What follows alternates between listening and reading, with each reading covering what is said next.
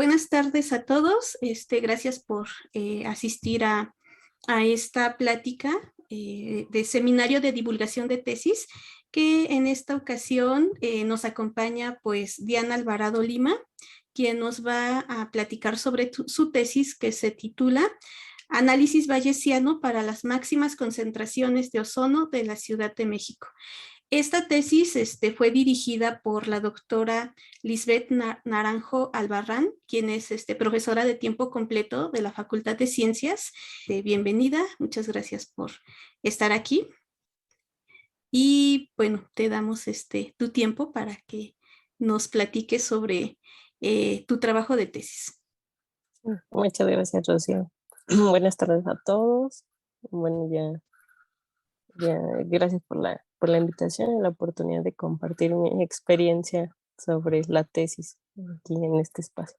Bueno, quisiera dar como una estructura a la presentación para hablar un poquito sobre qué es la tesis, algunas ventajas que yo vería de hacer una tesis y algunas desventajas, y ya platicarles un poquito más de lo que fue mi tema de tesis, ¿no?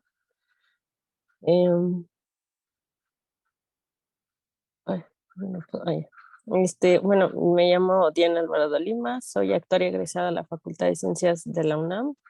Actualmente soy analista de información en Banco de México dentro de la Dirección de Información del Sistema Financiero. Y afortunadamente cuando terminé de trabajar, cuando terminé la carrera y me titulé, entré a trabajar aquí. Entonces he estado trabajando dentro de Banco de México desde que me titulé. También he impartido clases como profesora adjunta en la facultad, justo con la doctora Lisbeth Naranjo Albarrán. Me había dado la oportunidad de ser su ayudante, entonces estuve con ella dando clases de inferencia estadística, modelos no paramétricos y análisis de regresión, análisis de supervivencia y series de tiempo y estadística bayesiana, ¿no? A mí en lo personal me ha gustado mucho siempre la investigación, entonces cada año he participado en el Foro Nacional de Estadística como ponente que organiza la Asociación Mexicana de Estadística sobre temas relacionados con estadística aplicada al medio ambiente y a las finanzas. Y bueno, he tomado algunos cursos sobre ciencia de datos, Big Data en riesgos financieros, tengo un curso de especialidad en finanzas cuantitativas y valoración de activos, administración de riesgos financieros, y pues mis áreas de interés son la estadística y finanzas. Quiero estructurar un poquito la presentación de esta forma, platicar un poquito sobre qué es la tesis. A lo mejor no todos sabemos, o bueno, o sea, yo ya sé, ¿no? Pero a lo mejor no todos saben qué es una tesis o en qué consiste, por qué hacer una tesis, algunas dificultades, y pues como tal ya platicarles un poquito sobre qué fue mi tesis. Pues una tesis es una proposición concreta de algún tema de interés del estudiante y que está relacionado con pues materias de la carrera, ¿no? Que es más específico, es un proceso de investigación. Este se expone pues, ante un grupo de profesores, a los que se le llaman sinodales, y quienes evalúan pues el documento y la presentación, y ya deciden si se nos da el cargo, si se nos da el grado o no se nos da el grado. Algunas de las ventajas que yo en este punto vería de si hacer una tesis, pues son las siguientes, ¿no? De alguna manera, pues sí justifica que tenemos conocimientos más a fondo sobre un tema en específico, dentro de toda la gama de áreas y temas que hay. Bueno, en lo particular, actuaría es una licenciatura que tiene muchas áreas de estudio, entonces esta sería una de las ventajas.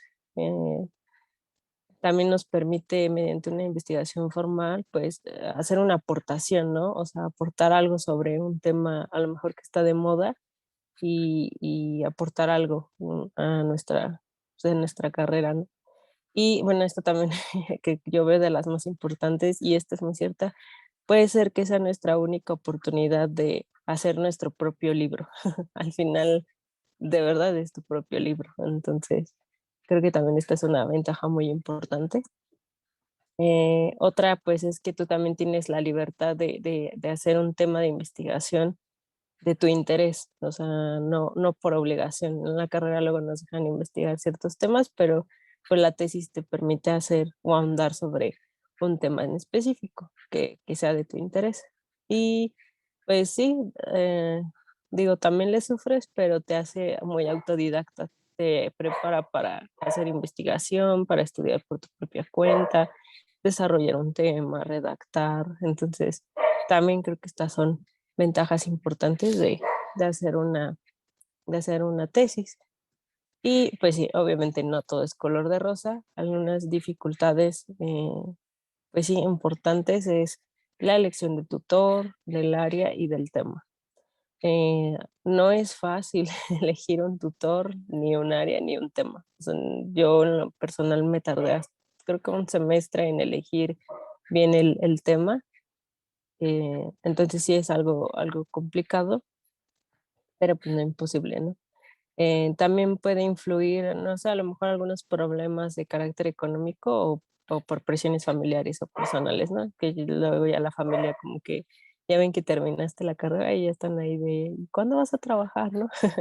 Entonces eso también puede influir en que pues el estudiante decida no hacer la tesis.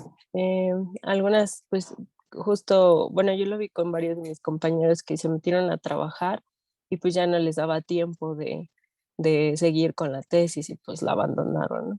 Y a esto se refiere con el incremento de las responsabilidades del nuevo profesionista y expectativas por descubrir y aprovechar nuevas oportunidades de empleo. También puede ser pánico por presentar el examen profesional. Creo que en algún momento alguien me dijo que el día que presentara mi examen profesional iba a ser el mejor día de mi vida, pero también el más, es como que el más temeroso. Y sí, ese día me acuerdo que casi se me sale el corazón de los nervios. Y pues también algunas como, pues sí, desaliento temporal como desinterés o inseguridad o subestimación, ¿no? O sea, son algunas cosas a las que nos tenemos que enfrentar cuando ya decidimos hacer la tesis. Entonces, ya les voy a platicar un poquito sobre mi tema de tesis. Bueno, si hasta aquí tienen alguna duda, pregunta o lo que sea, pues pueden hacerlo.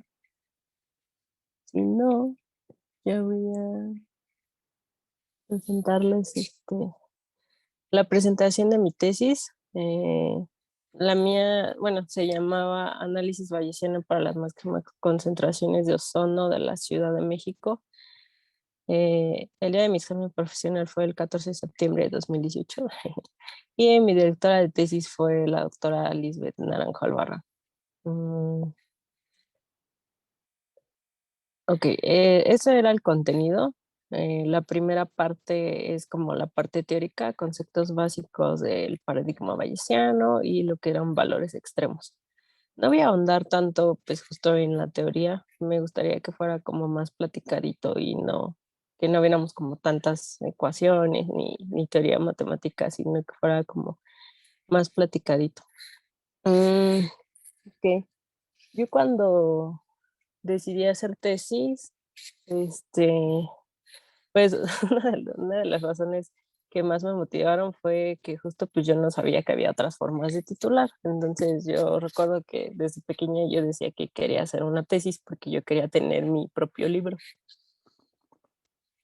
Entonces pues así fue. Em, cuando yo estudié la licenciatura, a mí me gustó mucho la estadística. Entonces em, como que me apegué mucho a la doctora Lisbeth en el sentido de que yo le preguntaba muchas dudas o le pedía como bibliografía aparte. Entonces, pues empezamos a tener como ya pues sí, como un lazo más de amistad. Y cuando decidí hacer tesis, pues yo le pregunté si quería ser mi tutora y me dijo que sí. Entonces, pues ya con ella fue con la que trabajé. A mí me gustaba, bueno, sí me gustó mucho la estadística, pero yo quería quería hacer la estimación desde un enfoque diferente. Entonces, por eso metí estadística bayesiana. Y pues básicamente consiste en lo siguiente, ¿no? Eh, los datos son datos de contaminación atmosférica, ¿no? Como sabemos aquí en la Ciudad de México, pues es de las ciudades con más contaminación. El ozono es uno de los contaminantes que presenta el mayor porcentaje de contaminantes, ¿no? Y es uno de los, pues sí, más tóxicos en el aire. Reduce la función pulmonar y irrita las vías respiratorias. Entonces, aquí en la ciudad hay un sistema de monitoreo que se llama CIMAT, que es el que se encarga de monitorear y difundir el estado de la calidad del aire. Y cuenta con más de 40 sitios de monitoreo que se distribuyen dentro del área metropolitana. Dentro del CIMAT está la rama, que es la red automática de monitoreo atmosférico, que es esta la que como tal ya se encarga de las mediciones de dióxido de azufre, monóxido de carbono, dióxido de nitrógeno, el ozono y el PM10 y el PM2.5.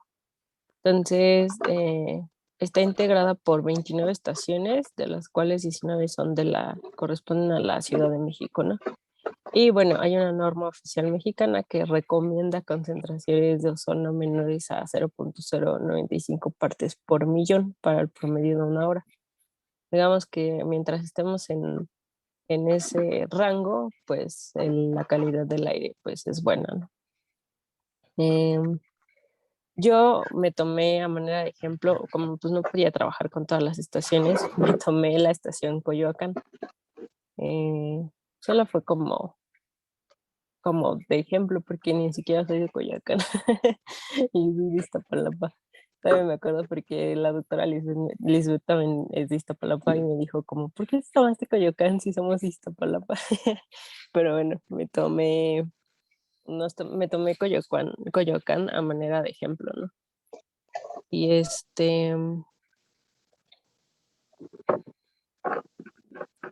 pues bueno, estos son los datos. El periodo de estudio que nos tomamos fue del 2012 al 2017. Fueron 5 años de estudio. Entonces, estos datos los obtuve de la página de la calidad del aire. Entonces, son datos abiertos.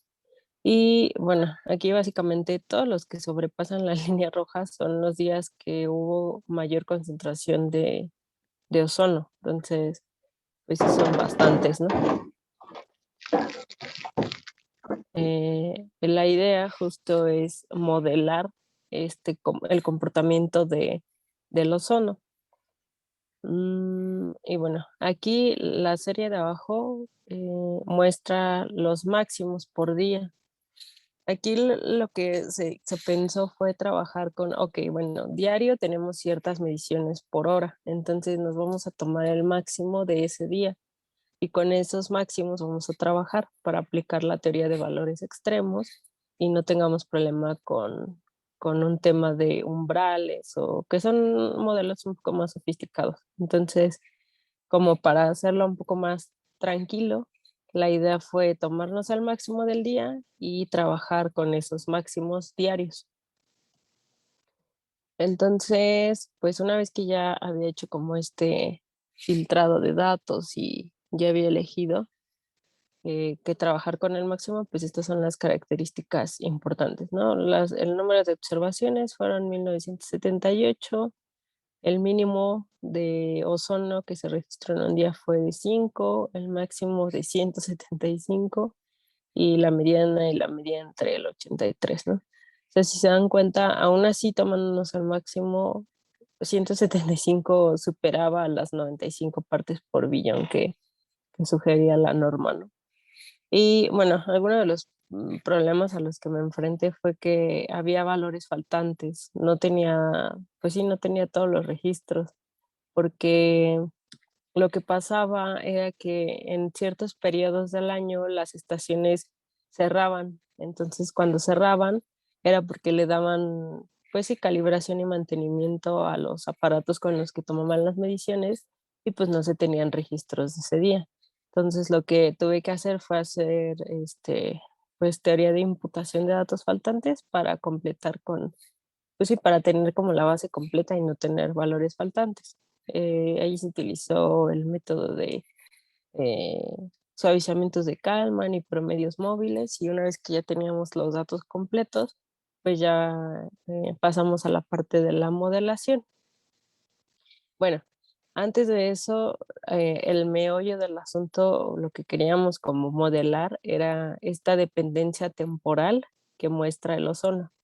Este es para los 5 años, entonces es muy claro ver que a partir de abril, mayo y junio, las concentraciones de ozono aumentan considerablemente. Y esto es porque en temporada de calor el ozono suele concentrarse más, entonces las concentraciones incrementan. Como nosotros habíamos observado este patrón, pues sí, estacional, que generalmente cada año se repetía, eh, se intentó modelar esta dependencia temporal del ozono para hacer predicción. Entonces, pues bueno, aquí sí ya viene un poquito de la parte de la modelación. Eh, Nosotros teníamos nuestro proceso, nuestra serie de tiempo, como quieran llamarle, de las concentraciones máximas de ozono diarias, partes por billón de la estación de Coyoacán. Entonces nosotros asumimos que este proceso seguía una distribución generalizada de valores extremos con los parámetros mu, sigma y psi. Entonces este es como el modelo sencillo. Y como lo vamos a hacer de una forma bayesiana, la única diferencia entre la estadística pues, clásica y la estadística bayesiana es que nuestros parámetros en la clásica, estos se pueden estimar de forma puntual, o sea, es un valor, ¿no? Y ya se hace que lo estimen por máxima verosimilitud o por mínimos cuadrados o su método de que más les guste, ¿no? Pero la diferencia en bayesiana es que estos parámetros no son constantes, son variables aleatorias. Entonces, a estas variables aleatorias se les tiene que dar una distribución a priori, que son las que aquí les muestro. Entonces, cada parámetro ya no se ve como una forma puntual, ya lo vemos como una variable aleatoria que le damos una distribución y ciertos parámetros. Entonces, esa es como la diferencia crucial entre la estadística clásica y la estadística bayesiana. Y pues ya, a cada parámetro le asignamos una distribución. A la media generalmente son normales, a las varianzas o desviaciones estándar son gamas o gamas inversas, y a las de forma, los parámetros de forma casi siempre son uniformes. Entonces, una vez que ya elegimos como nuestras distribuciones a priori, eh, básicamente el cómo obtenemos la distribución a posteriori es el famoso mantra bayesiano, que es la verosimilitud por la distribución a priori, ¿no? Y, y, y la estimación se obtiene la distribución a posteriori de nuestros parámetros. Y bueno, esto es como pura notación, cómo se ve el producto. Aquí pues tenemos una distribución generalizada por una normal, por una gama y por una uniforme, ¿no? Y al final, pues obtenemos como nuestros resultados. Aquí yo utilicé un software estadístico que se llama R, que a lo mejor muchos ya lo conocen, y un software bayesiano que se llama Winbooks y JAX, que hay como una conexión entre R con Winbooks y JAX para que sea más amigable trabajarlo, ¿no? Y pues básicamente esto se programa y se obtienen bueno, se deja como correr porque se le da como un periodo de calentamiento en lo que estos métodos, pues sí, estos métodos bayesianos al final lo que hacen de fondo son simulaciones Monte Carlo. Entonces se le da como un periodo de calentamiento en lo que las cadenas alcanzan como cierta estabilidad. Yo simulé 3 cadenas para cada parámetro con 50,000 iteraciones, entonces se tardó un poquito el programa, pero al final sí obtuvimos que convergían a la distribución estacionaria los parámetros. Entonces estos fueron los primeros resultados de un primer modelo. Y luego ya se propuso un segundo modelo porque lo que yo les comentaba era que se observaba, este modelo, si se dan cuenta, es como el más sencillo, porque no depende del tiempo. O sea, aquí estamos asumiendo que los parámetros son constantes en el tiempo, pero eh, ahí donde está. Pero aquí podemos observar que pues, no parece tan constante en el tiempo el comportamiento del ozono. Por eso se pensó en un segundo modelo donde pudiéramos incorporar esta variable tiempo, o sea, esta dependencia en el tiempo del ozono, incorporarla en alguna parte del modelo.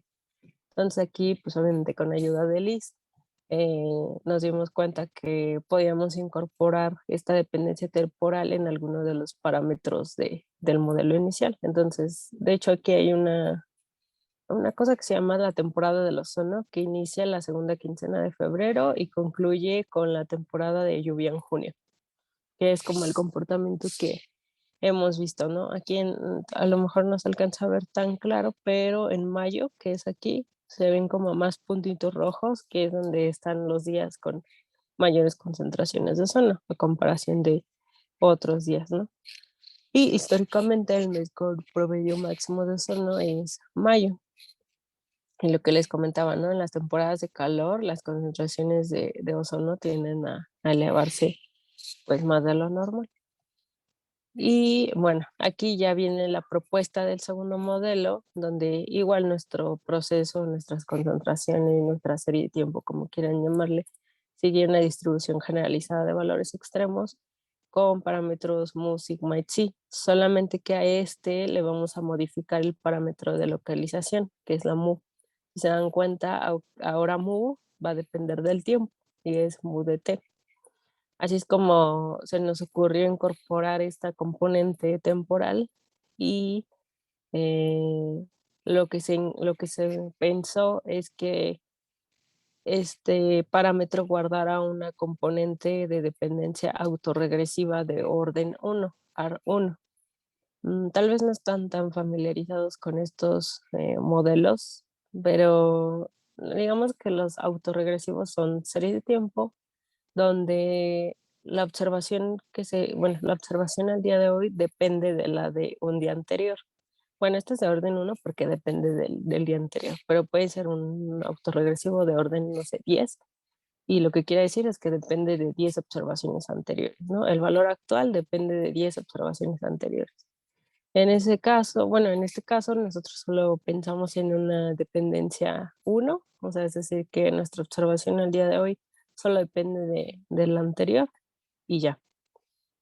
Eh, Así fue como se pensó, así se modificó el modelo y pues al segundo modelo le dimos diferentes distribuciones a priori.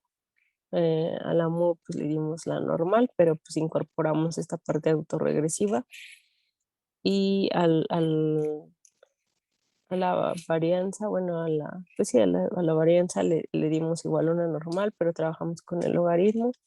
Y al parámetro de forma, pues le dimos igual, este sí se quedó igual. Dejamos la distribución de una uniforme, ¿no? Y bueno, lo que les decía, o sea, básicamente la estructura de un autorregresivo es como tener que nuestra variable al tiempo hoy depende del t-1 más un ruido blanco, ¿no? O sea, es como pensarlo como la ecuación de la regresión, pero que depende de un tiempo anterior. Entonces, eso fue lo que se modificó en el modelo original y se trabajó con este modelo. Estas son las a priori para el autorregresivo. Y bueno, aquí justo está como se ve, ¿no? Estos modelos se llaman modelos jerárquicos porque justo al final va teniendo como una jerarquía. Miren, déjenme enseñarles. Hay una diapositiva que puse con respecto a cómo se ve la jerarquía. Aquí está. Miren. Justo estos modelos jerárquicos al final se ven de esta forma, ¿no? Hay unos hiperparámetros que dependen de unos parámetros y que a su vez dependen de las observaciones. Entonces, en ese sentido, el modelo jerárquico que estamos proponiendo así se ve, de esa forma, en la que tenemos nuestros hiperparámetros, serían como los del autorregresivo, luego serían nuestros parámetros, que son los de la distribución generalizada de valores extremos, y pues las observaciones. Entonces, la estimación es muy parecida al modelo sin datos en el tiempo, porque, ay, no avanza.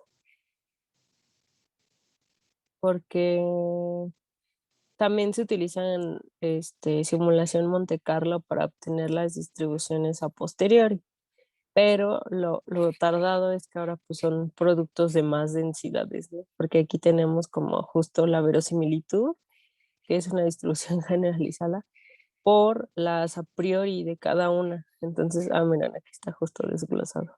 Las a priori. Entonces, aquí esto se vuelve un producto gigante de la verosimilitud por la verosimilitud desfasada en -1 y por las a priori de cada parámetro. Entonces, esto sí se vuelve, pues, computacionalmente un poco más complicado, pero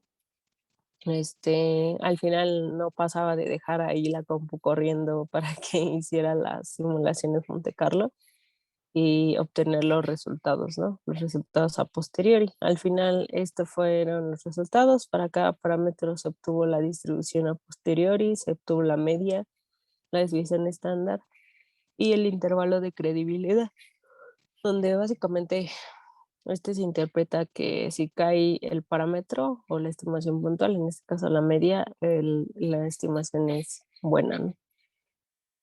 Y bueno, el DIC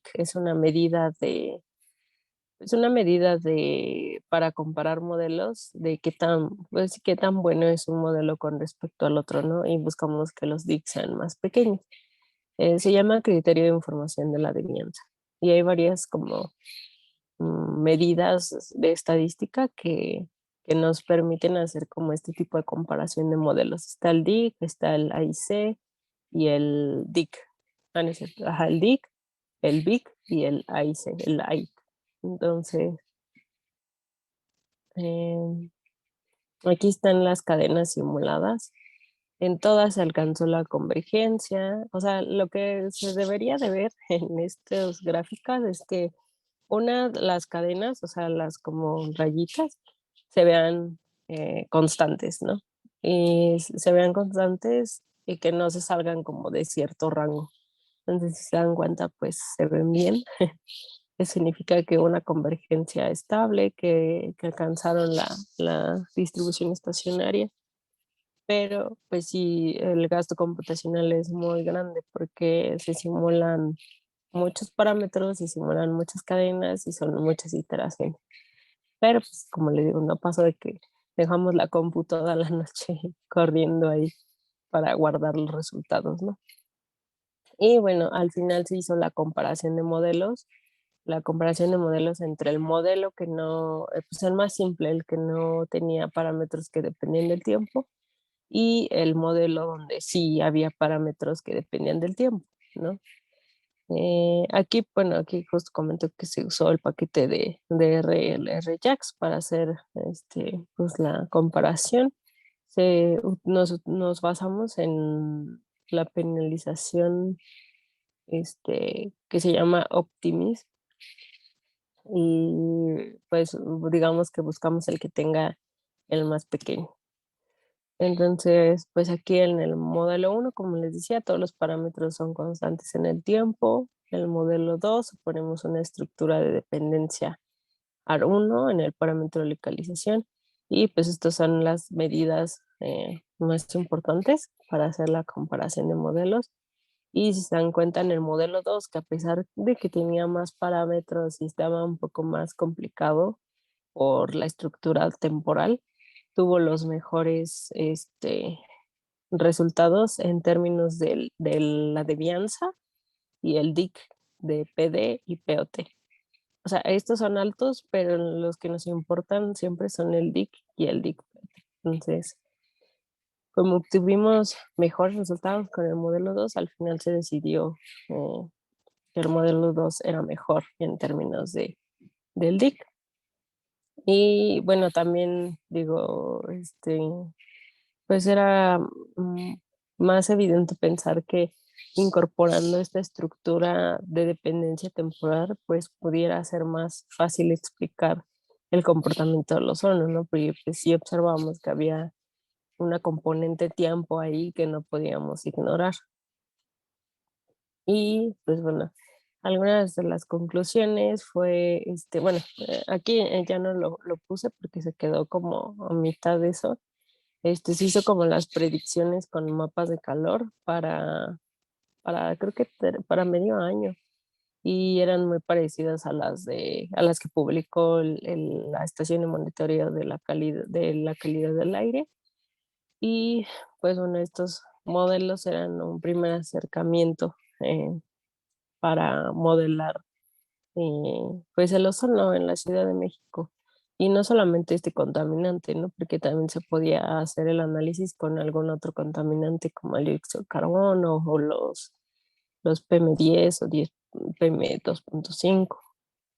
Eh, También no es la única forma de la que se podía como modelar la dependencia temporal. O sea, esta dependencia temporal se pudo haber incorporado en los otros parámetros, que de hecho sí lo probamos haciéndolo en el parámetro de escala, pero no nos dieron como, pues las cadenas no convergían, entonces como que el modelo se volvió inestable y ya no le seguimos por ahí.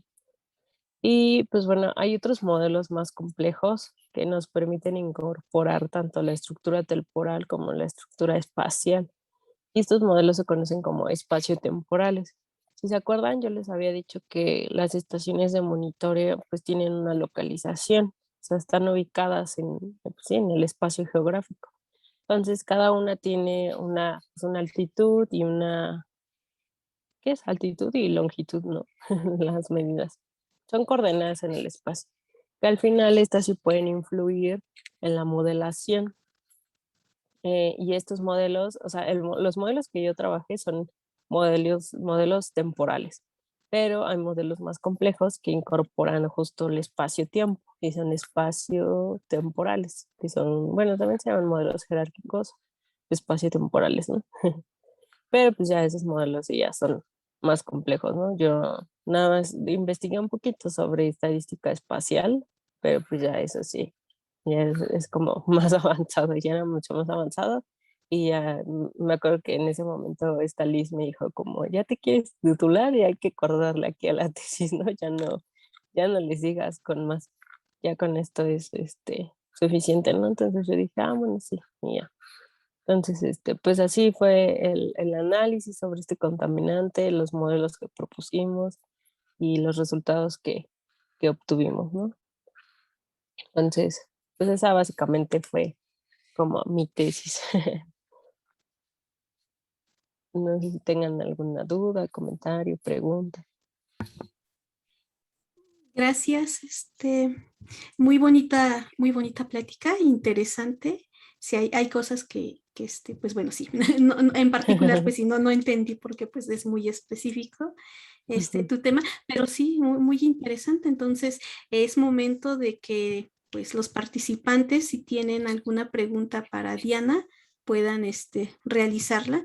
Cualquier pregunta respecto a su trabajo de tesis o sobre su proceso de titulación. Ya nos contó un poquito al principio de la plática sobre su elección de modo de titulación y su proceso, pero si tienen más dudas pueden realizarlas en este momento. ¿Preguntas para Diana?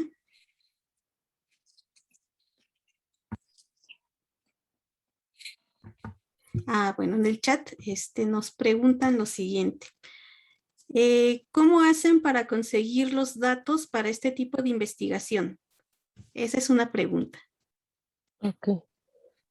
Bueno, sí, de preferencia que sí sean datos abiertos, que puedas como descargar de alguna página, porque, bueno, yo me acuerdo que antes de decidirme por estos datos, yo pensaba trabajar algo como de cáncer, porque a mí en lo personal me gustaban mucho los datos médicos, pero no fue imposible conseguir datos reales sobre cáncer. O sea, fui a como a los institutos y pues nos decían que no era información pues confidencial, que no podían como prestarla así a menos que fuera como alguna colaboración.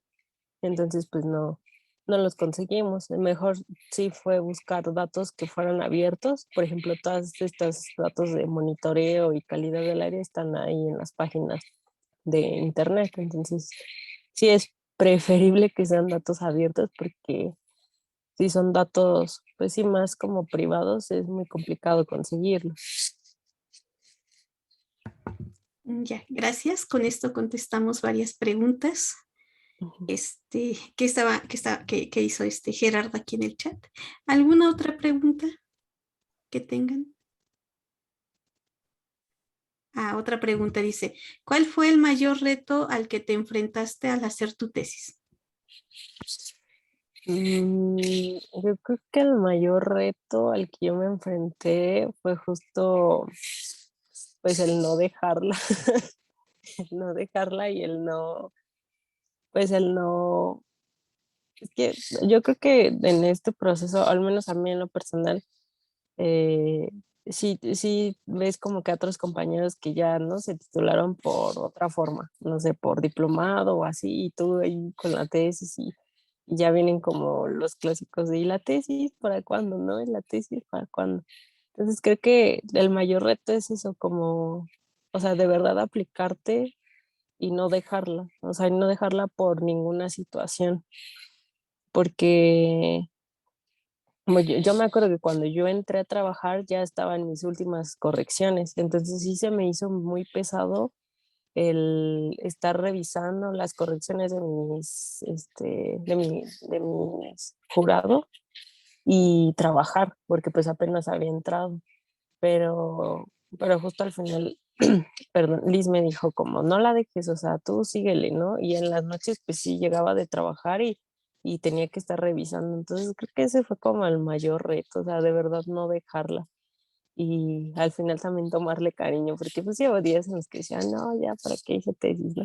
Pero pues no sé, o sea, creo que la principal motivación era que pues me quería titular y una, pues yo iba a tener mi propio libro. O sea, como sea chiquito o grande, iba a ser mi propio libro. Entonces yo creo que ese fue el mayor reto, el no dejarla y el no desistir y el seguirle echando ganas. Muy bien. Aquí tenemos otra pregunta. Este, ¿en qué, no, perdón, en tu trabajo actual, cómo te ayudó la realización de tu tesis? Ese sí fue como un plus. O sea, creo que, bueno, y en algún momento también está Lisbeth, me había dicho como si planeas estudiar una maestría, la verdad es que sí te da como un plus tener una tesis, ¿no? Pero cuando yo entré a trabajar aquí a Banco de México, sí voltearon a ver mucho que tuviera una tesis, como de entre los candidatos, sí me dijeron como de, es que la tesis sí te da un plus, porque pues habla mucho de que eres autodidacta, de que sabes investigar sobre un tema en particular, de que, pues, tienes como mm, ¿cómo me dijeron? Como el tema de redacción y de corrección y de todo esto, ¿no? Entonces, eso a mí al menos sí me dio como una, pues sí, yo diría ventaja entre los otros candidatos que no tenían tesis para, para entrar aquí al banco. Eso es muy interesante, o sea, sí ayuda en gran manera, ¿no? O sea, aparte de tu formación, esto que platicas, yo no lo había oído por parte de otros estudiantes, bueno, titulados, y sí, resulta ser muy, muy interesante. Tenemos otra pregunta, de Evelyn que nos dice, ¿qué fue lo que más te costó y cuál fue la mayor satisfacción que te deja tu tesis? Pues yo creo que lo que a mí más me costó fue la parte de la redacción y como por ejemplo, Liz era muy, pues sí, muy minuciosa con los detalles, ¿no? O sea, como con muchos detallitos. Entonces eso sí me costaba como la redacción. Yo creo que sí, eso fue lo que más me costó la redacción, pero no sé, la satisfacción pues, que me deja es justo eso, o sea, que puedo, o sea, tengo un tomo de mi tesis, ¿no? O sea, y puedo recordar como cada desvelada o cada momento en el que, o sea, porque sí, llegué como a tener mis crisis así de, ay, no, ¿por qué estoy haciendo tesis, no? Pero creo que la mayor satisfacción es el día de mi examen profesional haciendo el jurado, o sea, ya que te digan de que ya aprobaste el examen y vas a hacer tu juramento. O sea, yo creo que esa es el mayor satisfacción que te da una tesis, porque ninguna otra forma de titulación te hacen hacer tu juramento y están pues está tu familia, tus amigos, están tus maestros, ¿no? Entonces yo creo que sí, eso no te lo da ninguna otra forma de titulación más que hacer una tesis. Gracias, totalmente de acuerdo. Ujú. ¿Alguna otra pregunta o comentario para Diana? A ver, tenemos otra pregunta de Felipe que nos dice, en tu trabajo actual, ¿has visto o utilizado algo similar a tu modelo? Sí, sí, justo cuando entré a trabajar, bueno, cuando entré a trabajar no tanto porque pues como que me estaba adaptando un poquito, pero ya después en mi área empezaron a meter como esta parte de investigación estadística, porque no había mucha gente que supiera estadística. Entonces, cuando entré yo me dieron como la oportunidad de decir, bueno, o sea, literal mi jefe me dijo, hiciste esto en tu tesis, ¿lo puedes aplicar aquí o no? Y ya le dije, pues sí, puedo ver si lo puedo aplicar. Entonces sí hicimos un trabajo de investigación sobre, yo estoy en mercado de derivados, entonces lo que se buscaba era modelar como los montos extremos que se llegaban a operar aquí en México por algunas instituciones y ver si había como pues sí, como algún tipo de patrón temporal en cómo operaban las instituciones. Y eso fue lo que se aplicó. Y de hecho, pues sí, que ese tema lo presenté el año pasado en el Foro Nacional de Estadística, pues sí, como tema de investigación. Pero sí, varias cosas de las que hice en mi tesis, sí las he aplicado aquí en donde estoy trabajando. También eso fue una ventaja para mí. Muy bien, pues, ¿cómo se dice? Me has impresionado con lo que comentas, las aplicaciones, ¿no? Que resultaron de esa tesis, ¿no? En tu trabajo. Entonces, sí, felicidades por tu trabajo y por los logros que has, obtenido gracias a ella. ¿Algún, comentario más o pregunta para Diana?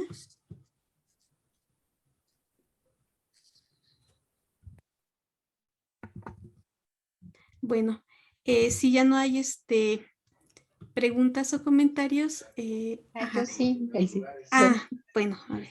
yo decía, bueno, nada más muchas felicidades y muchas gracias por tu participación. Bye. Muchas gracias.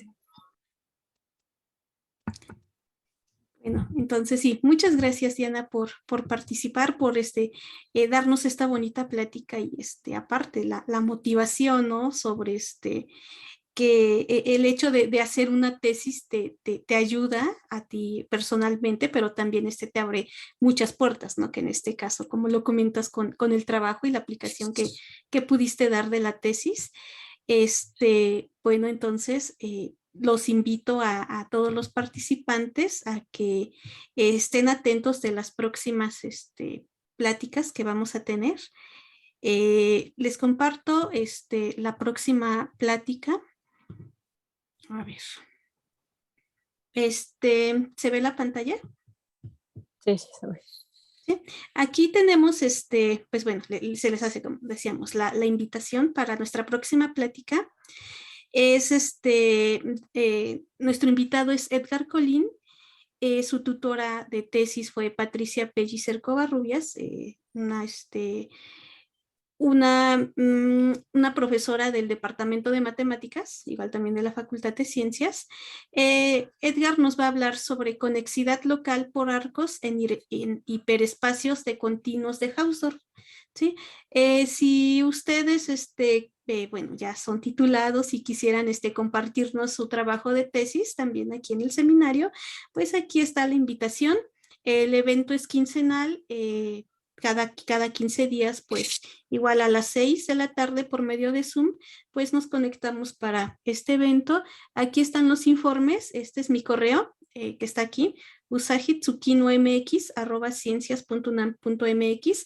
Aquí pueden contactarme si están interesados o si conocen ustedes a alguien, a algún titulado al cual ustedes les gustaría que diera una plática sobre lo que fue su trabajo de tesis, pues pueden comentarle y él, pues la persona que se ponga en contacto conmigo para agendarle una fecha. Aquí también tenemos tenemos nuestra página de Facebook, Seminario Divulgación de Tesis, este es de YouTube, la de Facebook ya no la pude poner, pero aquí en esta página de YouTube encontramos pláticas anteriores, ¿sí? Y aquí vamos a encontrar también la de Diana. Próximamente vamos a subir la plática para quienes quieran volver a ver esta bonita plática. Y bueno, entonces se les hace la cordial invitación.